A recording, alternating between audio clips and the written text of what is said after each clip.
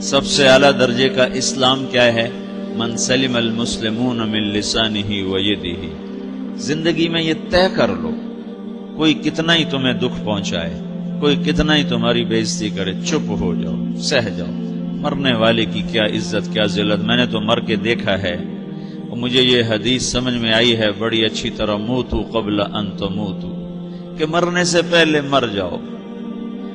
اس وقت اگر میں مر جاتا تو مجھے کوئی گالیاں دیتا تو مجھے کیا نقصان تھا، اور مجھے کوئی نعرے لگاتا میرے لیے تو میرا کیا نفع تھا۔ تو مرنے سے پہلے مر جاؤ۔ کوئی تمہیں برا بھلا کہے تو تمہارا کیا نقصان ہے، تمہیں کوئی واہ واہ نعرے لگائے تمہیں کیا نفع ہے۔ اگر اللہ راضی ہے تو مرد آباد اور زندہ آباد سے بے نیاز ہو۔ ابو ذر رضی اللہ تعالیٰ عنہ کو ایک آدمی نے گالیاں دی تو انہوں نے فرمایا، بیٹا ایک گھاٹی آگے آ رہی ہے، اس میں گر گیا تو جو کچھ کہہ رہے ہو اس سے بھی زیادہ کا حقدار ہوں، اور اگر پار ہو گیا تو تیری گالیوں سے مجھے کوئی فرق نہیں پڑتا ہے۔ من سلم المسلمون من لسانہ و یدہ موتوا قبل ان تموتوا۔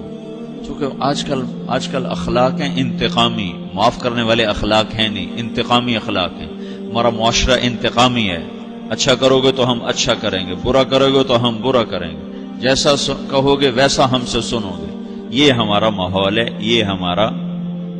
ایک ماں کہہ رہی تھی دوسری ماں کو، میرے پترا کدی کسی نے واسطے سلام نہیں کیتا، بڑے فخر سے کہہ رہی ہے، ہمارے اپنے گاؤں کی بدوا، میرے پترا کدی نہیں کسی نے واسطے سلام کیتا، مائی جڑا کرے انہوں کریں دیں، جڑا نہ کرے انہوں پوچھ دے ہی کوئی نہیں۔ یہ وہ فخر سے کہہ رہی۔ جو سب سے بڑا عیب ہے وہ سب سے بڑا فخر بنا ہو۔ میرے پترا کدی نہیں کسی نے واسطے سلام کیتا۔ جب ماں باپ نے یہ سبق دیا تو اولاد کا کیا قصور ہے؟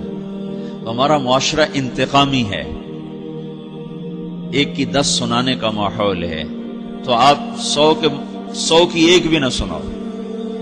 احنف بن قیس رضی اللہ تعالیٰ عنہ پہ ایک آدمی نے چڑھائی کر کے لگا، ایک سناؤ گے نا تو 10 سنو گے میری طرف سے۔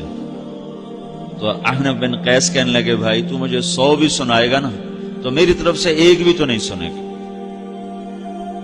ایک آدمی ان کی بڑی بےزتی کر رہا تھا اور وہ چل رہے تھے اور وہ 100 گالیاں بک رہا ہے۔ جب آ گیا نا قریب شہر تو کہنے لگے، دیکھا میرا قبیلہ یہاں رہتا ہے، اگر کسی نے سن لیا نا تو تیری بڑی دھلائی کر دے گا، تو نے جو مجھے گالیاں دینی میں کھڑا ہوں یہیں تو دے لے، تو اپنا سارا زور پورا کر لے تاکہ آگے تجھے کوئی تکلیف نہ پہنچا دے میری وجہ سے۔ تو وہ پاؤں پہ گر کے معافی مانگنے لگا کہ واقعی تو بڑے حلم والا ہے۔ وہ مشہور تھے اپنے حلم میں، بردباری، اور لوگ ان کا امتحان لینے آیا کرتے تھے کہ بھئی کوئی ہے جو احنف کو غصہ دلا دے، تو لوگ ناکام ہو جاتے تھے، ان کو غصہ نہیں آتا۔ ایسے ایک عرب سردار گزرا معن بن زائدہ، وہ بھی اپنے حلم میں بڑے مشہور تھے۔ ایک دفعہ لوگوں میں شرط لگ گئی کہ کوئی ہے معن بن زائدہ کو غصہ دلائے تو ہم اس کو انعام دیں گے۔ تو ایک شاعر نے کہا، میں غصہ دلاتا ہوں، تم دیکھنا ایسے سیخ پا ہو جائے گا جیسے جانور۔ تو وہ چلا گیا اس کی مجلس میں، دربار لگا، عرب سردار تھا بہت بڑا، دربار لگا ہوا، تو کہتا السلام علیکم، وعلیکم السلام۔ تو معن بن زائدہ پر ایک دور بڑے فقر کا گزرا تھا، پھر اللہ نے اس کو بہت بڑی سرداری دی، بنو عباس کا بہت بڑا یہ وزیر گورنر تھا۔ تو کہتا اتذکر اذ لحافک جلد شاۃ واذ نعلاک من جلد البعیر، کیوں بھائی تجھے یاد ہے جب تیرا بستر بکری کی کھال تھا اور تیرے جوتے اونٹ کی کھال کے تھے؟ تو کہنے لگا کیوں نہیں یاد، بھلا کوئی ماضی بھی بھولتا ہے؟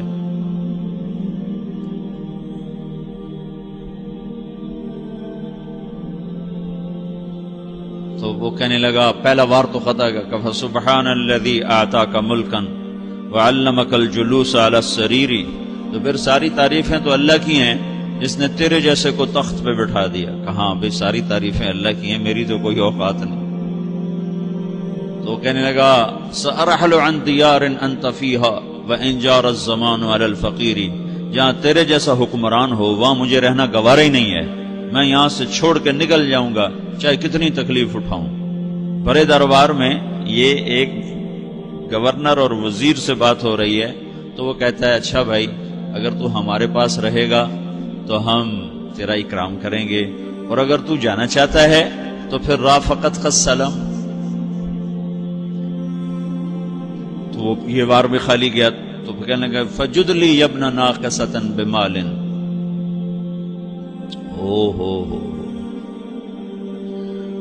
او گندی ماں کے بیٹے مجھے کچھ عطا بھی کر، میں بغیر پیسے کے سفر کیسے کروں گا؟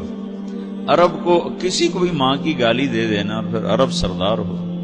فجد لی ابن ناقصۃ بمال،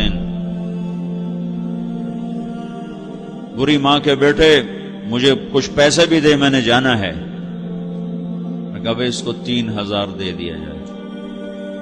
اللہ تو کہنے لگا قلیل ما آتیتنی و انی لأطمع منک فی الکثیر، یہ تو بہت تھوڑا تو نے دیا ہے، مجھے اور دے. کہا اچھا بھائی 3000 اور دے دو. تو وہ شاعر کی بھی آنکھیں پھٹ گئیں. کہنے لگا اب ٹھہر جا ٹھہر جا، اب میں تیری اصل تجھے بتاتا ہوں. سألت اللہ ان یبکیک ذخرا فما لک فی البریۃ من نذیر، میں اللہ سے دعا کرتا ہوں اللہ تیرے جیسوں کو سلامت رکھے، تیرے جیسا دنیا میں کسی ماں نے جنا ہی کوئی نہیں.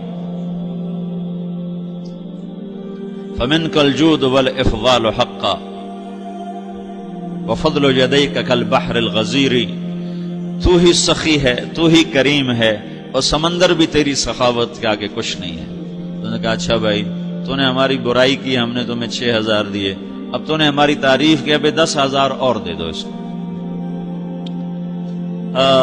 باتیں ہی رہ گئیں، باتیں ہی رہ گئیں. کہاں سے لائیں ایسے لوگ؟ ہمارا معاشرہ انتقامی ہے، بدلہ لینے کا ہے، بدلہ لینے کا. تو میرے ساتھ کیا میں نے بھی کرنا ہے. اعلیٰ درجے کا اسلام یہ سکھا رہا نہیں چپ ہو جاؤ، سلام مت بن جاؤ، سلامتی بن جاؤ، سلامتی کی علامت بن جاؤ. من سلم المسلمون من لسانہ ویدہ. اب وہ سوال کرتا ہے یا رسول اللہ ای الایمان افضل، سب سے اعلیٰ درجے کا ایمان کیا ہے؟ اسلام کیا ہے؟ کلمہ، نماز، روزہ، حج، زکات. اعلیٰ درجے کا اسلام کیا ہے؟ من سلم المسلمون من لسانہ و یدہ. یہ اخلاق کا ادنا درجہ ہے، ادنا درجہ ہے. ادنا درجے پر پہنچ کر آپ اسلام میں اعلیٰ درجے پر آ سکتے ہیں. وہ سوال کرتا ہے ایمان کیا ہے؟ تو آپ نے کہا اللہ پر، فرشتوں پر، کتابوں پر، رسولوں پر، موت کے بعد کی زندگی پر، تقدیر پر. اب ایک اور سائل سوال کرتا ہے ای الایمان افضل، سب سے اعلیٰ درجے کا ایمان کیا ہے؟ تو آپ نے فرمایا حسن الاخلاق، اچھے اخلاق سب سے اعلیٰ درجے کا ایمان ہے. جو آدمی اسلام میں، جو آدمی اخلاق میں، جو مرد عورت اخلاق میں ادنا درجے پر ہوتا ہے وہ اسلام میں اعلیٰ درجے پر پہنچتا ہے. اب اگر وہ اخلاق میں اعلیٰ درجے پر آ جائے تو اب یہ کہاں پہنچے گا؟ اب یہ کہاں پہنچے گا؟